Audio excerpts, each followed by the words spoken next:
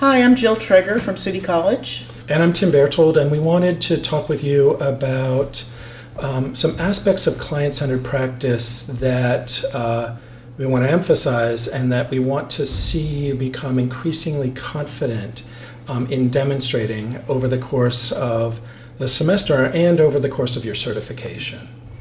The first one we want to talk about is one that I think in some ways is almost the opposite of our instincts a lot of the time. If I was with a friend, I might give them lots of advice about what they should do about any part of their life. I feel free to do it, and my friends hopefully listen to me.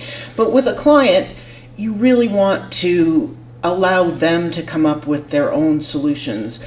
Advice giving is most certainly going to backfire if you try it. I don't know if you've had this experience as well, but I think that advice giving can end up being a point of actually resistance with a client rather than something that's welcome. Yeah, and I always like to suggest that you reframe advice as a suggestion, and you do it rarely. But a resource that you identify as a CHW is not going to be as meaningful as a resource that the client comes up with herself and then acts on. The second issue that we want to talk about is meeting the client where they are. And while that sounds good and easy, it also means staying with the client when they're in an uncomfortable place, when they're talking with you about the death of a family member, when they're talking to you about maybe they're really sick with cancer and they're contemplating the end of their own life. Maybe they're talking with you about childhood sexual abuse. Maybe they are filled with challenging emotions, sadness or fear, or anger. Unfortunately, these are the moments when we see providers sometimes want to change the subject and steer the conversation away to a safer, maybe more neutral or less emotional topic.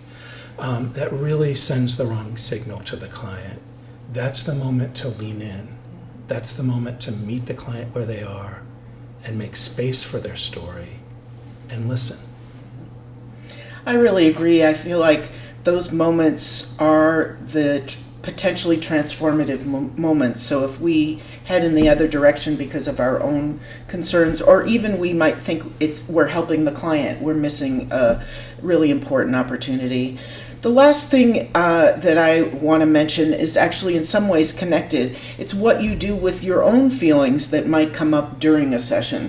So if a client's talking about some of those difficult things, it could bring up your own memories about a traumatic experience, or they could be talking about something that you know you're absolutely opposed to in some way. There's any number of ways you might react. And what I like to suggest, and what I do myself, is acknowledge to myself that it's happening first, because I think I get in trouble if I try to tell myself I just shouldn't feel something. No, I'm feeling it. I'm going to acknowledge it to myself, and then I'm going to put it in kind of a figurative box. I'm going to put it aside, but with the knowledge that I'm going to come back later and open up that box and take a look and figure out what's going on. And I might do that figurative opening of the box later with a supervisor. It might be with a colleague, or it might just be in my own journal. But whatever it is, it needs to be on my own time because it is not about the client. One temptation in those moments can be also to say to the client, "Oh, I know just what you're feeling," and then tell them why you're just feeling the same thing. It's not your time. That's not your time. So I think this idea of a box is helpful for me, but whatever works for you as a way to set aside what's going on for you, acknowledge it, and come back later to take a look.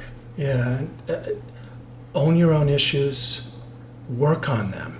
We got to continue to do our own healing or recovery work in this profession, but not when you're working with the client.